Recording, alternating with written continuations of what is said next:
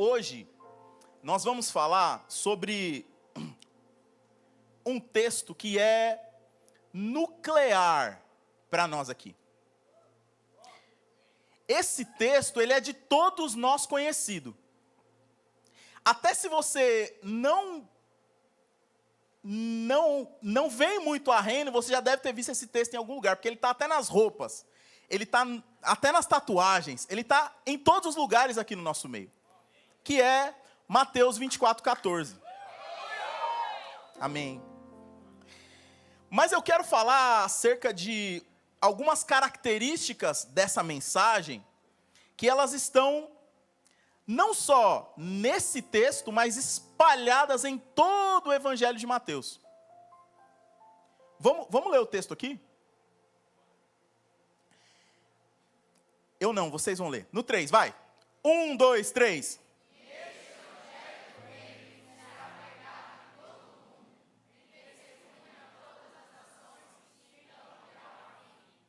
Amém. Amém.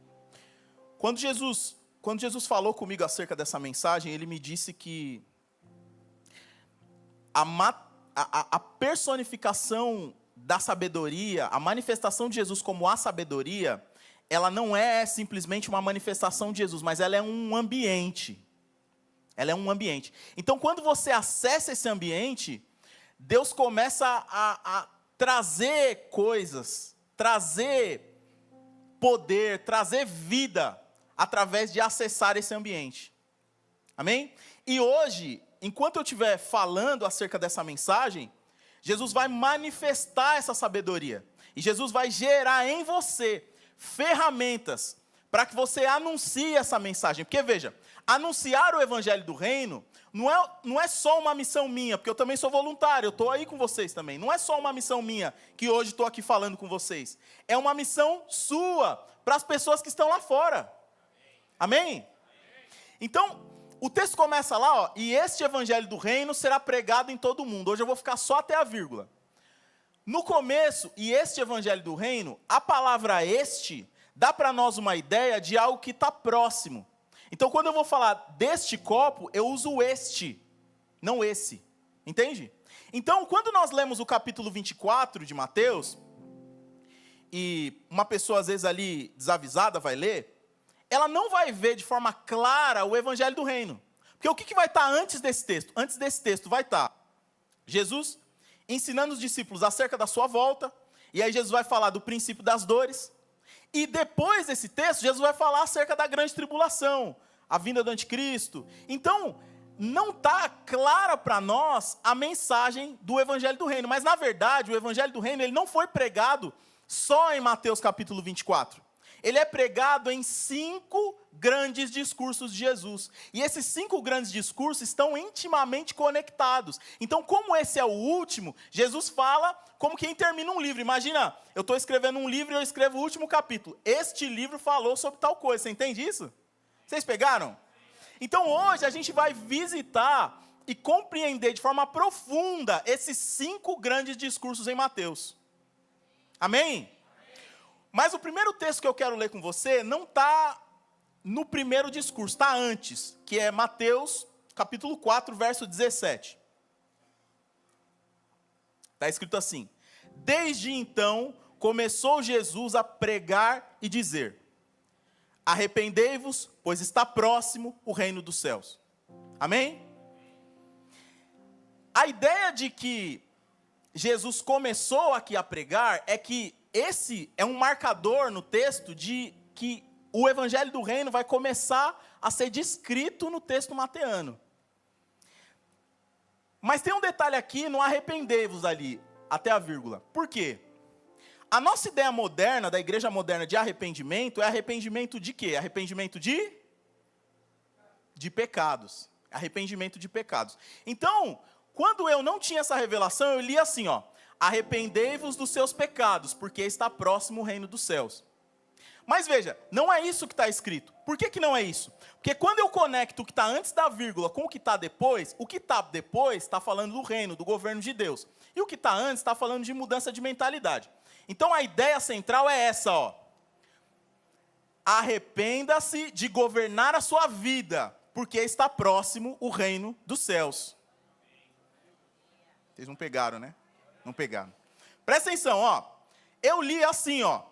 Se arrepende dos seus pecados. Essa garrafa é os meus pecados. Então o que eu faço? Eu coloco a garrafa aqui e eu me arrependo dela. Eu viro as costas para ela. Eu mudo a minha mentalidade com relação a ela. Só que a garrafa é igual e eu sou igual. Ou seja, se eu virar, eu ainda vou lá. O que Jesus está dizendo aqui é: muda a sua mentalidade, muda a sua natureza, muda quem você é, para que quando você virar, a garrafa já não tenha como fazer parte de você. Não é uma transformação onde eu deixo determinado comportamento. É Deus mudando a minha natureza, para que aquele comportamento não encontre em mim mais morada. Vocês estão entendendo isso?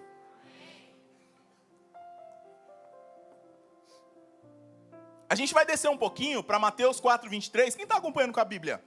O Guto está com a Bíblia, glória a Deus. Mateus 4:23 vai falar acerca do início do ministério de Jesus com o evangelho do reino. No grego está escrito assim aqui, ó. A palavra Jesus nesse texto não tem no grego, tá? Isso aí é um acréscimo da tradução, mas está escrito assim: Kai periegen entos Galileia. Eu vou ler só até aqui. Eu li em grego, né? Vou ler em português. E percorria Jesus toda a Galileia. Qual que é a ideia? A ideia de que ali iniciou-se o que Jesus fazia acerca do evangelho do reino. Então, o que ele fazia? Ele ensinava, ele pregava e ele curava. Isso é um ciclo. Veja. Se eu pego alguém que não sabe o que é Jesus, não sabe o que é pecado, e não sabe o que é o efeito do pecado, eu não consigo pregar para ela. Você entende? Eu primeiro ensino para essa pessoa o que é pecado, quem é Jesus e qual é o efeito do pecado. Aí então, quando eu uno todas essas coisas, de fato eu prego. A ideia de pregar é convocar alguém, é tirar alguém do lugar que ela está e levar para outro lugar. Por isso que nós pregamos o evangelho do reino, porque a gente arranca as pessoas do inferno e lança elas no reino. Amém? E aí, então, o ciclo acontece. Eu ensino primeiro, Jesus ensinava nas suas sinagogas, pregava o evangelho do reino, e aí, como resultado do ensino e da pregação, vem a cura. Então, eu quero que você entenda que se eu estou aqui te ensinando, e daqui a pouco eu vou te convocar, você será curado. Amém? E esse marcador aqui, por que eu falo marcador? Porque o texto de Mateus, ele é um vade-mecum do reino dos céus. Quem aqui é da área do direito? Levanta a mão. Tem uns advogados aí, né? Glória a Deus. O vade-mecum é um livro que tem todas as leis, né? E esse livro tem marcadores, como um dicionário. Dicionário é mais simples. Então, você abre um dicionário, você sabe lá, tem a letra A, a letra B. O que são isso? São marcadores repetidos para que eu entenda o assunto daquela parte, né? Agora, a gente vai abrir lá em Mateus 9:35. Coloca lá, Mateus 9:35. Olha aí, ó. É a mesma coisa. Vocês já tinham visto que esse versículo é igual na Bíblia? Mas não é igual. E percorria Jesus todas as cidades e aldeias. Vê, no grego está escrito polis. Qual que é a ideia de polis? É uma cidade-estado grega, uma cidade grande. Então, polis para os gregos da época era Esparta, Atenas, Corinto, Roma. Eram cidades grandes. E no texto anterior, em 4:23, está escrito que Jesus pregava primeiro na Galileia. Depois ele vai para uma cidade grande. A Galileia é uma região pequena, uma cidade-estado é uma cidade grande. Você pegou o que aconteceu? Pegou ou não pegou? Eu vou exemplificar para ver se você pega. Presta atenção. Quando eu cheguei aqui na Reino, há um ano atrás, eu servia lá no parque. E lá eu já ensinava as pessoas acerca do evangelho do reino. Mas quando você ensina, prega e cura, as coisas aumentam, elas crescem. De repente eu estou aqui ensinando você. Porque tudo acerca do evangelho do reino, quando você anuncia ele, faz crescer, aumenta, tem uma ampliação. Só que é um texto que mostra para nós que houve uma ampliação do ministério de Jesus. Amém? O que acontece então entre Mateus 4:23 e Mateus 9:35 é o ministério de Jesus acerca do evangelho do reino. E aí, o primeiro grande discurso, lembra que eu falei que a gente ia visitar 5 grandes discursos? O primeiro grande discurso está em Mateus 5:1.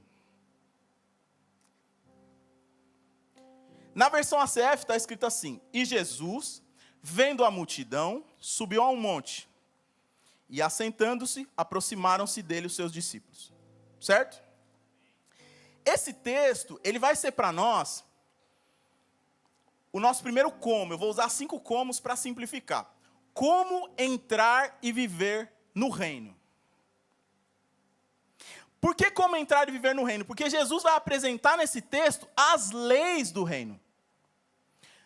Para que eu faça parte de uma nação, não basta que eu fale a língua, não basta que eu more no país, eu tenho que respeitar as leis, certo? Todo mundo aqui tira passaporte para ir para um outro país, porque o seu passaporte corresponde às leis daquele país. Porque se você chega lá e faz alguma coisa que não deve, a primeira coisa que eles tiram é o quê? O seu passaporte, para que você respeite as leis. Então, fazer parte de um reino, e a ideia daqui de reino é a mesma que a gente tem de nação, de país, eu preciso compreender e entender as leis. Então, Jesus vai propor as leis do reino aqui. Mas, para isso, ele vai repetir, ou ele vai se parecer com Moisés colocando as leis para o povo nos 10 mandamentos. Quer ver? Olha só, Moisés fez assim, ó. Moisés recebe de Deus uma mensagem: eu vi o meu povo e vou tirar eles do Egito, certo? Lá no Antigo Testamento. Aí Deus tira com 10 pragas o povo no meio do mar. O povo e Moisés chegam na beirada do Monte Sinai. O povo não quer subir, aí Moisés sobe sozinho. Já cantaram aquela música? Então me tira. Eu não canto, mas enfim. Mas a ideia é que o povo não quis subir, Moisés teve que subir sozinho. Quando Moisés subiu, Deus desce. Deus desceu. Entregou para ele as 10 pedras, que ele mesmo lavrou, certo? Jesus aqui, ele faz a mesma coisa. Olha lá, ó. E Jesus, vendo a multidão, para na vírgula. Deus não viu o povo no deserto e não arrancou? Jesus também viu. Vocês perceberam isso? Subiu a um monte, Moisés subiu a montanha, Jesus também subiu. Só que aqui está o grande detalhe desse texto, presta atenção. Moisés não olhava para Deus, ele olhava para o chão e via a sombra de Deus, porque ele não podia olhar. Porque todo mundo já ouviu isso, que quem olha, ninguém pode ver a glória de Deus e ficar vivo. Então Moisés não olhava para Deus, ele olhava para baixo. Deus teve que descer e falar com Moisés. Mas aqui Jesus mostra que ele é Deus. Por quê? Porque ele se assenta, ele sobe no monte como Moisés, mas lá não tem como Deus descer, porque Deus já está nele, ele só se assenta. Não, você não pegou. Presta atenção nisso, olha só. Às vezes, você pode estar assim: será que Jesus pode resolver o meu problema? Jesus não só pode, ele é Deus, ele está assentado, e assentado ele resolve tudo. Amém? Então, esse texto aqui vai mostrar para nós o que vem na sequência. E na sequência vem as 10 leis do reino. E aproximaram-se dele os seus discípulos. Aí o próximo texto, Mateus 5:2, e abrindo a sua boca, os ensinava dizendo. Abrir a sua boca, os ensinar e dizer, vai mostrar como que isso vai acontecer. É uma logia de 3 acentos. Ele está falando 3 vezes a mesma coisa. Abrir a boca, ensinar e dizer. Na verdade, ele está mostrando para nós que ele vai usar uma estrutura de poesia grega, ou de poesia judaica, para que quem está ouvindo memorize isso. Porque Jesus não queria só que eles ouvissem, Jesus queria que eles ouvissem e gravassem no coração. Aí ele vai começar assim, ó. Bem-aventurados os pobres em espírito, porque deles é o reino dos céus. Bem-aventurados os que choram, porque eles serão consolados. Bem-aventurados os mansos, porque eles herdarão a terra. Bem-aventurados os que têm fome e sede de justiça, porque eles serão fartos. Bem-aventurados os misericordiosos, porque eles alcançarão misericórdia. Bem-aventurados os limpos de coração, porque eles verão a Deus. Bem-aventurados os pacificadores, porque eles serão chamados filhos de Deus. Bem-aventurados sois vós, reino, quando vos injuriarem e perseguirem e mentindo, disserem todo mal contra vós por causa de Jesus. Exultai e alegrai-vos, porque é grande. É grande. É grande. Eu vou repetir até você levantar a mão. É grande. É grande o vosso galardão nos céus. Amém? Esse então são os 10 mandamentos do reino dos céus. E veja, eles estão escritos numa pedra. Que pedra é essa? Volta lá em Mateus 5:1. Depois que Jesus se assenta mostrando que ele é Deus, ele está refletindo o momento onde Deus desce para falar com Moisés. Vocês estão conectados? A gente já está lá no Êxodo, mas vai dar certo. Ali, Jesus é Deus. Aqui, o próximo ato seria Moisés receber as pedras lavradas por Deus, certo?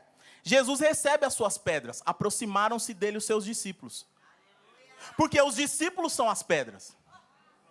Nós estamos lendo um texto que é o evangelho de quem? De Mateus. Mateus era o quê? Um discípulo. Mateus foi aquele do qual recebeu a lei nele, para que a gente hoje pudesse ter acesso. Então veja, a nova lei do reino, ela não está escrita num livro como esse aqui, ela está escrita em você. Você tem que manifestar isso e fazer com que as pessoas possam entrar e viver o reino. Amém? Qual é a principal diferença da lei de Moisés para a lei do reino dos céus? A lei de Moisés, ela funcionava assim. Deuteronômio 28. Se atentamente ouvires a voz do Senhor teu Deus. Só até aqui. Se atentamente ouvires é uma condicional, ou seja, se eu ouvir, alguma coisa acontece. Se eu não ouvir, alguma coisa também acontece, certo? Normalmente se você cumpre a lei, você é abençoado. Se você descumpre a lei, você é amaldiçoado. Essa é a lei do Monte Sinai. Essa é a lei de Moisés, do velho pacto. A nossa lei, a lei do reino, ela começa assim, ó. Mateus 5:3. Bem-aventurados. Vocês não pegaram, né? Presta atenção nisso. Não há uma condição para que você receba de Deus. Não há uma condição para que Deus te abençoe. Deus não está esperando de você um bom comportamento para te dar vida. Lá atrás, no Antigo Testamento, lá em Moisés, era assim. Ou você comportava bem, ou Deus te amaldiçoava se você comportava mal. Mas agora é assim, primeiro Deus te abençoa, depois você faz. Primeiro Deus te entrega, em gratidão você se movimenta. Primeiro Deus te enche de vida, e aí você anda na vida em santidade que Ele te chamou para viver. Percebe? É diferente, primeiro nós recebemos. Por que nós vivemos uma comunidade em liberdade e em santidade? Porque nós não estamos coagidos pelo medo de descumprir a lei. Nós sabemos que nós já recebemos tudo de Deus. Se Deus não fizer mais nada hoje, Ele já te deu tudo que é Cristo. Ele já te deu o que Ele tinha de mais precioso. É assim que a lei do reino funciona. Bem-aventurados, porque vocês têm a mim. É isso que Ele está dizendo. Eu me entreguei a vocês e eu sou tudo.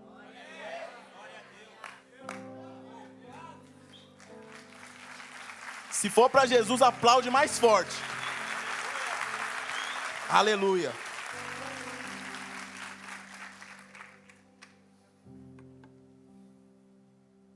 Aí, essa logia de 3 assentos, ela tem sempre na sua segunda característica,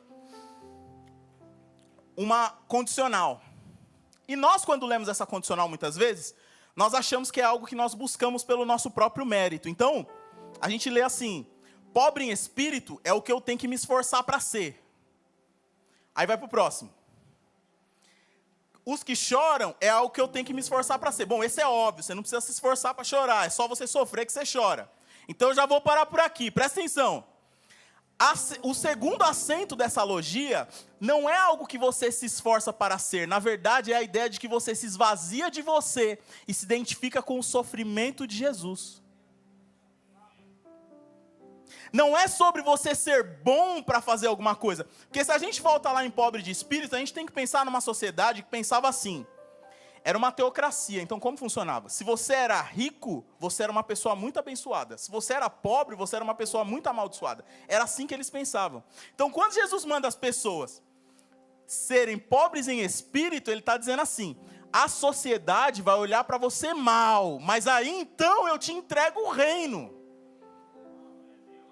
Porque Deus não consegue manifestar a justiça dele se tudo na sua vida é justiça. Então ele precisa de alguém que seja injusto com você, que te faça sofrer, que te faça mal, para que aí ele manifeste aquilo que ele tem para você.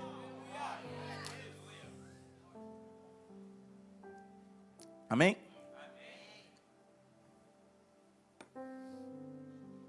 Agora então, a gente vai para o segundo grande discurso de Jesus. Lembra, o primeiro grande discurso é Mateus capítulo 5. Levanta a mão assim, levanta a mão. O primeiro discurso é Mateus capítulo 5, ó, faz assim, as bem-aventuranças. Para você não esquecer, vão ser 5, vai ser todos os dedos da sua mão. Esse aqui é o primeiro, Mateus 5. O segundo é Mateus 10, levanta o dedão assim, ó, Mateus 10. É o que a gente vai agora. Em Mateus 10, pode colocar Mateus 10, 1 aqui pra gente. Jesus chama os seus discípulos. Lembra que eu disse antes que o ministério de Jesus, ele dura de Mateus 4, 23 até Mateus 9, 35. Por que alguém vai olhar para mim e falar, não, mas não é possível isso. Mateus tem 28 capítulos, quer dizer que o ministério de Jesus só foi até o 9 e o resto. Quem foi o resto? No resto, Jesus não está só operando o seu ministério, ele está treinando pessoas para fazer. Você está entendendo isso? Porque o reino dos céus não é só eu fazer, é eu treinar pessoas para fazer também. Talvez você não entendeu, mas eu estar aqui agora é porque o nosso pastor Eduardo entendeu isso aqui. Ele me colocou, ele está me treinando para eu fazer isso aqui também. Isso é o que o reino dos céus tem que fazer, treinar pessoas para que o reino continue a ser anunciado. Então não é só a nossa função anunciar Mateus 24, 14, a gente tem que treinar pessoas. Eu estou te dando recurso para que você fale do reino em todos os textos de Mateus. Amém? Então Mateus 10, lembra? Mateus 10 é o segundo dedo. Jesus chama os seus discípulos. O terceiro discurso é o terceiro dedo, Mateus 13. Lembra que ele é o dedo maior, então é o discurso onde Jesus mostra o reino crescendo. Entende? Então, o primeiro é como entrar e viver no reino. O segundo é como anunciar o reino, porque Jesus chama os discípulos e mostra como anunciar. O terceiro, depois que o reino foi anunciado, ele começa a crescer, aí Jesus mostra como ele cresce. E como que ele cresce? Esse aqui eu não vou conseguir ler todos os textos, pode deixar nesse texto aqui, quem tiver Bíblia, abre aí. Você vai ler só o subtítulo de cada parte aí, que você vai entender o que eu estou falando. Jesus, nesse texto, ele vai contar 7 parábolas. Que essas 7 parábolas, elas estão conectadas com Apocalipse 2 e 3. Mas eu não vou falar hoje, senão a gente não termina. Presta atenção. Essas 7 parábolas vão mostrar como que o reino surge, como ele se desenvolve e como ele cresce na terra. A primeira parábola é a parábola do semeador. Eis que o semeador saiu a semear. Quem é o semeador? O semeador é Jesus. O que é a semente? A semente é a palavra do reino. E quem é a terra? Nós somos a terra. O que a gente aprende com isso? Presta atenção. São 4 terras. Das 4, uma é boa e 3 é ruim. Mas o semeador não escolheu a terra que ele ia lançar a semente. Ele lançou. Vocês não pegaram, né? Nós, quando vamos anunciar o evangelho do reino, a gente seleciona pessoas. Então, se eu olho para esse aqui, ele tem uma cara meio estranha, eu já não falo de Jesus. Eu olho para esse aqui, ele é meio esquisito, eu não falo de Jesus. Eu olho para aquele ali, aquele é estranho, também não falo de Jesus. Jesus não nos ensinou a fazer isso. Você lança a semente em todo mundo. Se a terra é boa, se a terra é ruim, é dar frutos que vai mostrar se é boa ou ruim. Você fala com todos. Jesus está nos ensinando, anuncia para todo mundo que você tem contato.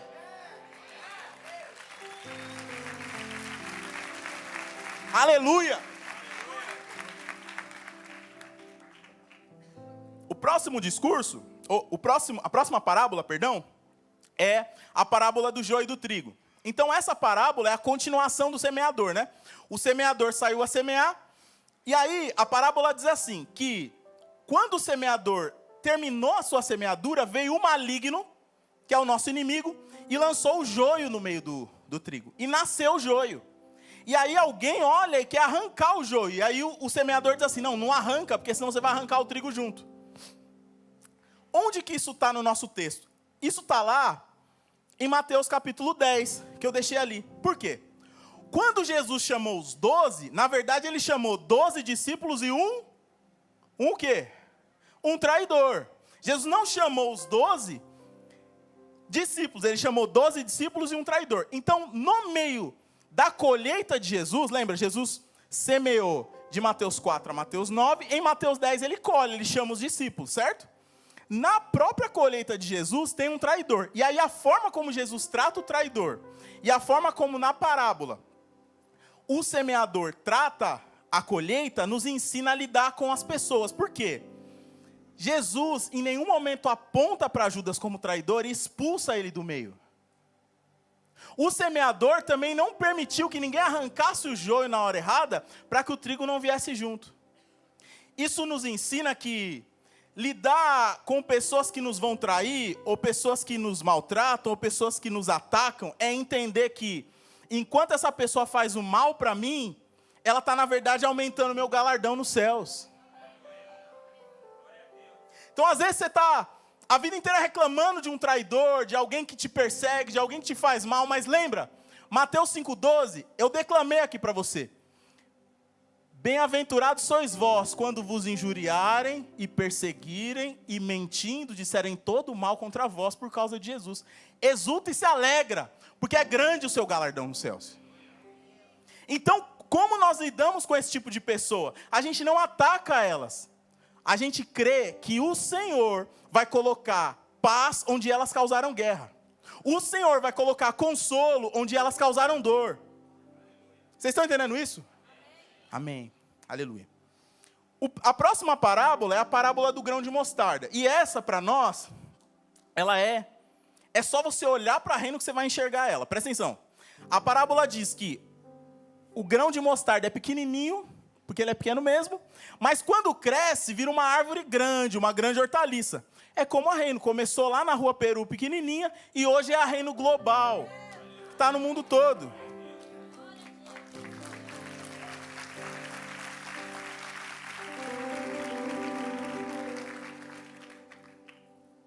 Aí depois vem a parábola do fermento, e essa é a mais poderosa, presta atenção.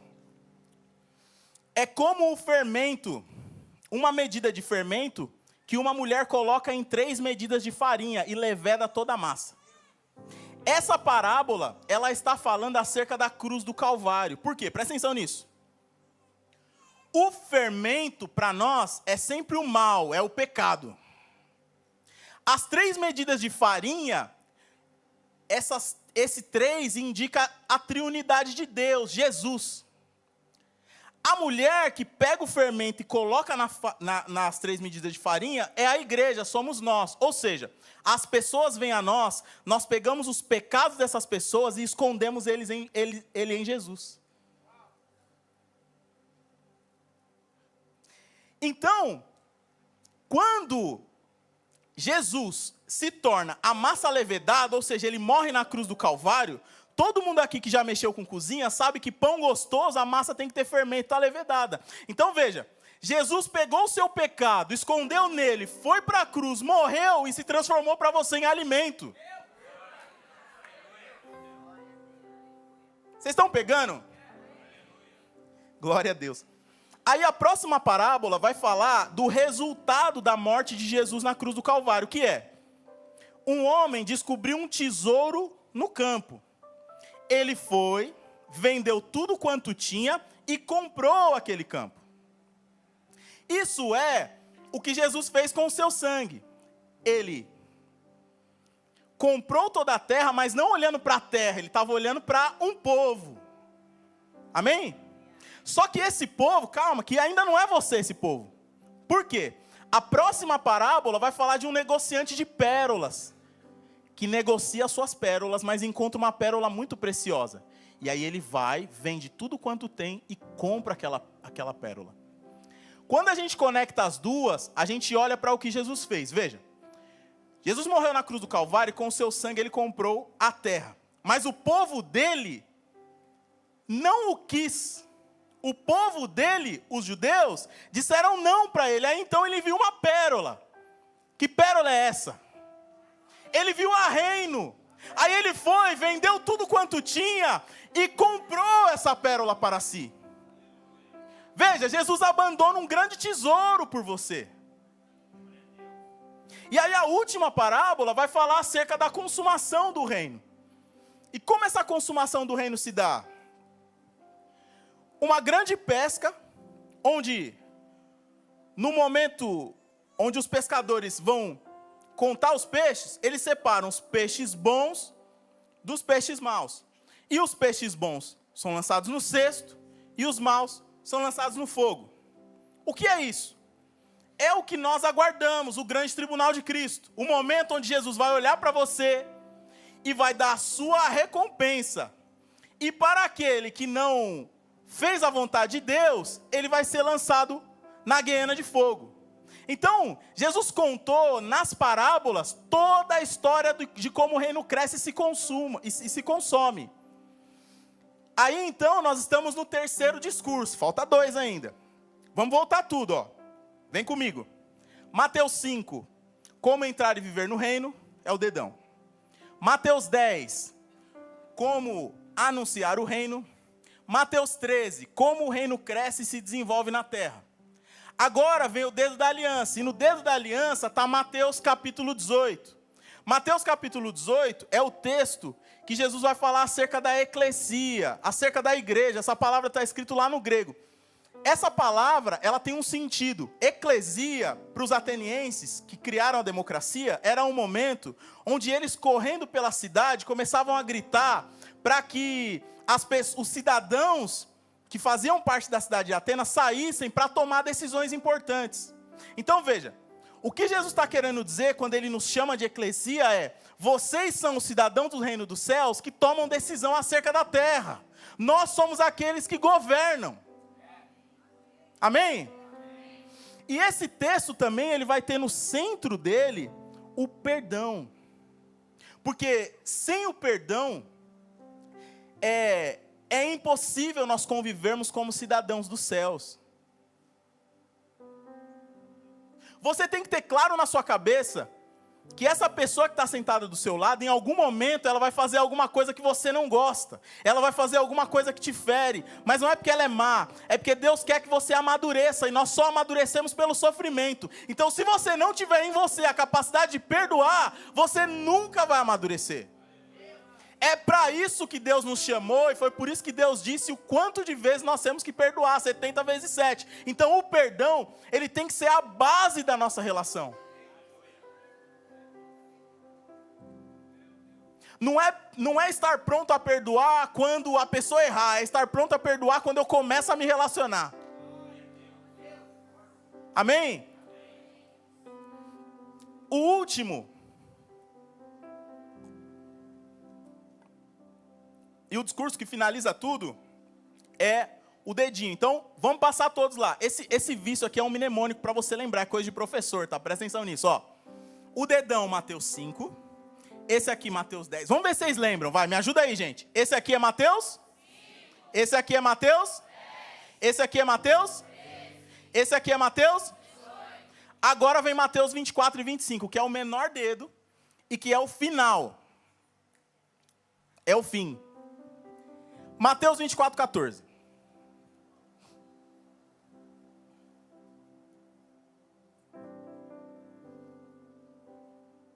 Eu vou nele inteiro, tá? Eu ia só na metade, mas aí pareceu que eu tenho mais tempo ali, ó. Então eu vou. Vocês estão prontos para isso? Vocês estão meio com uma cara assim, gente. Eu estou olhando e falando, meu Deus. Vamos lá então, presta atenção. E este evangelho do reino será pregado em todo o mundo. Vamos parar ali. Daqui a pouco a gente continua, presta atenção. A gente já entendeu que este evangelho do reino não está só nesse texto, está nos 5 grandes discursos, certo? Essa palavra aqui, será pregado, ela não põe para nós uma condicional, ela é imperativa, ela diz, vai acontecer. Não, vocês não pegaram. Olha para cima, vê essas bandeiras aí. Olha para cima, gente, olha as bandeiras. A Bíblia diz que o evangelho será pregado nessas nações. Agora você não está vendo, mas ele vai ser pregado. Aqui tem a bandeira de Israel. Agora você não vê, mas Deus profetizou que vai ter um reino lá. Olha para cima, nós vamos para as nações, reino. Creia nisso. Esse é o poder de Deus. Deus nos chamou para isso.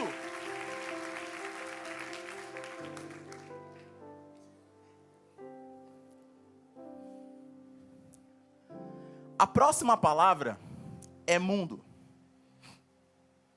No grego, não está escrito a palavra que normalmente estaria escrito para mundo. Quando a gente pega o versículo de João lá, o mais famoso, João 3,16, e Deus amou o mundo, está escrito ali cosmo, que fala de toda a criação, tudo que Deus criou, o universo todo, até a gente pode pensar nas galáxias quando a gente pensa nessa palavra cosmo, mas o que está escrito ali é essa palavrinha aqui, ó. Ikumene. Ikumene. Presta atenção. O grego é uma língua que ele tem o que a gente chama de declinação. Para nós, é flexão de muitas palavras. Então, quando a gente for olhar para as palavras no grego, a gente vai prestar atenção só no radical, que é uma metade da palavra. No caso, é só isso aqui, ó. Essa parte. Essa parte, ela significa casa, lar. Então, se a gente for traduzir Mateus 24:14, de acordo com o que está escrito no grego, vai ficar assim, ó. E este evangelho do reino será pregado em todo lugar habitado. Não sei se você pegou. Tem uma diferença de mundo e lugar habitado. Porque para o crente, mundo é bom? Mundo é bom para o crente? E casa? E lembra que eu... Coloca lá 24:14 de novo. Lembra que eu falei que isso aqui é uma profecia de Jesus? Então veja, Jesus profetizou que o evangelho será pregado. Mas não é pregado para o mundo. É pregado para as casas, é pregado para os lugares habitados. E casa não é só a sua casa quando você está dentro. É você quando é habitado por Deus.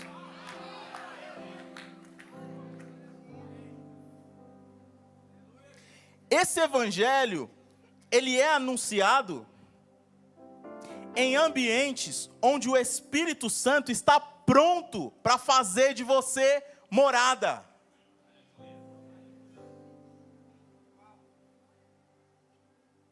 Esse evangelho, ele é pregado em locais que antes eram mundo cosmos, agora é mundo icúmene, é mundo lugar habitado, é casa pronta para Deus morar.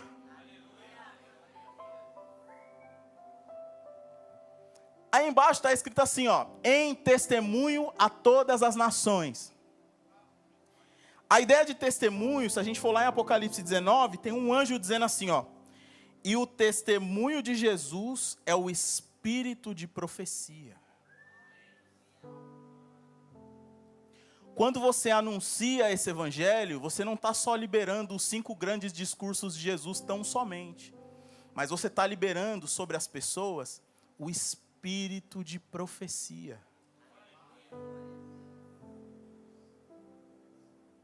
Por isso que, às vezes, as pessoas elas vêm aqui à nossa comunidade, quando elas ouvem o evangelho pela primeira vez, como nós pregamos, às vezes elas já ouviram o evangelho há muito tempo, elas falam assim, nossa, mas eu nunca ouvi isso. Nossa, mas parece que é a primeira vez. Por quê? Porque você teve uma revelação de Deus. Deus revelou para você por meio de uma profecia. Porque é uma profecia de Jesus isso aqui se cumprir.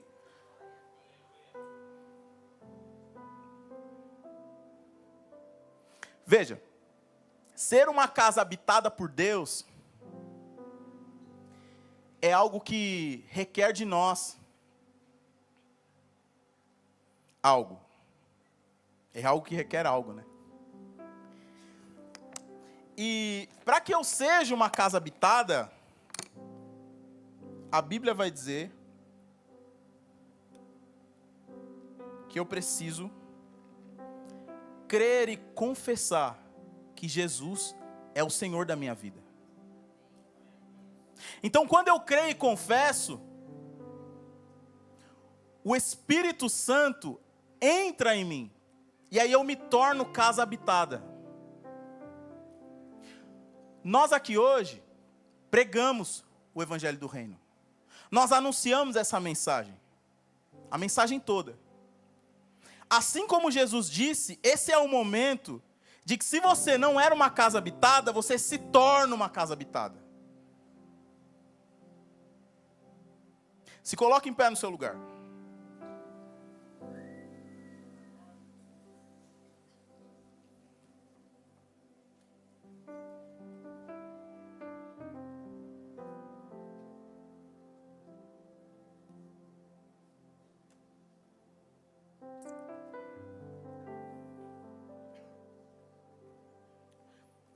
Nós somos uma comunidade com uma mensagem para as nações. Nós somos uma comunidade cheia de vida, de movimento. Só que, de repente, você está aqui no nosso meio e você nem tem visto movimento na sua vida. E mais longe ainda a possibilidade de pregar o evangelho para alguém. E, na verdade, pregar o evangelho do reino não é algo que eu faço com a força do meu braço. Eu faço pelo poder da vida que eu recebo. Toda vez que eu vou falar aqui, eu trago um livro, né? Que eu quero que as pessoas leiam. Esse livro aqui, ele é de um amigo, Dr. Brian Kibuka. Mas ele me mostrou que Deus tinha colocado em mim algo que eu não sabia. Ele é um livro de grego. E eu não sabia grego. Eu comprei esse livro e eu comecei a ler. Eu terminei ele em uma semana. Em 3 dias, no terceiro dia, eu estava lendo exatamente como eu li aqui, Kumené. Só que isso não é fruto da minha capacidade. É fruto da presença do Espírito Santo que está em mim. Então, às vezes você está aqui no ambiente, você não sabe como você vai anunciar essa mensagem. Mas, de fato, você não tem que anunciar. Você tem que primeiro receber vida. Você tem que primeiro ser cheio da vida de Cristo. Você primeiro tem que receber a presença do Espírito Santo. Porque é a presença do Espírito Santo que vai fluir de você e alcançar pessoas. Não há outra forma de nós fazermos a obra de Deus, senão o próprio Deus fazendo através de nós. E receber o Espírito Santo nada mais é do que entregar o controle da sua vida a Deus. Então, às vezes você está aqui e você nunca teve a oportunidade de entregar a sua vida para Jesus. Pois você ouviu o Evangelho do Reino e esse é o dia. Tem alguém aqui que gostaria de entregar a sua vida para Jesus? Levanta o seu braço, eu quero te ver bem alto, bem alto. Deus te abençoe. Deus te abençoe. É para isso que nós pregamos. Você que recebe Jesus hoje, põe a mão no seu coração e repita essa oração comigo. Senhor Jesus, eu te entrego a minha vida. Eu confesso que Deus te ressuscitou dos mortos e que o Senhor está vivo e não morto. Governa a minha vida, me encha do teu Espírito e me envie a pregar o Evangelho do Reino. Aleluia, glória a Deus.